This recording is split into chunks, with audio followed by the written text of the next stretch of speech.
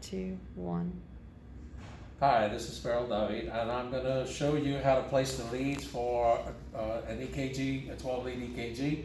Rebecca Lowe's with me, and she's going to run the EKG for us using the machine. So, first thing we're going to do, we're going to review the doctor's order for a 12-lead EKG.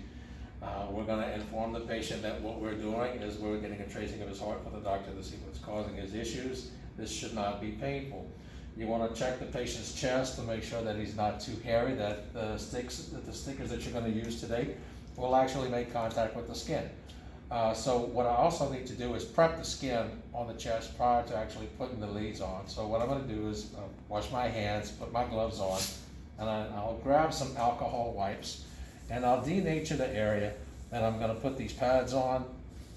I may use more than one alcohol pad, but to get started, we're going to go this way.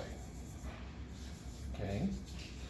When you're putting the leads on, you have to understand that proper placement is everything to giving you a high quality EKG readout. So what we're going to do is we're going to place the leads on the patient first. I'm going to go ahead and put a clip on the pad itself, and then I'm going to place my right arm lead here. Then I'm going to come with my right leg, which are my limb leads.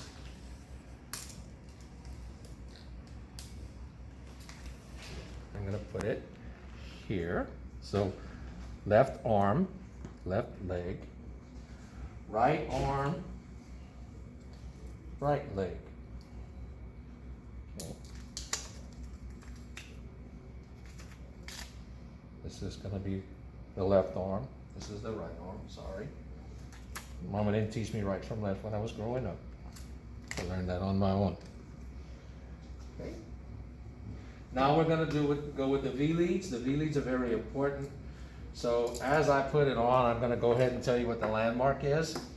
V1 is going to be placed in the fourth intercostal space, the right sternal border. So find the breastbone, find the fourth intercostal space, and we're going to put the pad here. Okay. Opposite sternal border, we're going to do fourth intercostal space, left sternal border for V2. So again, we're going to find just the edge of the sternum in the fourth intercostal space, and we're going to put V2 here. We're going to skip V3, and we're going to move on to V4. We'll come back to V3 in a minute. V4 is going to be fifth intercostal space at the midclavicular line. So midclavicular, next intercostal space is going to be here. It's a little bit further, excuse me. Here. Okay. V5 is next. It's going to be under the shoulder and the same area, fifth intercostal space. V6 is going to be mid-axillary at the fifth intercostal space.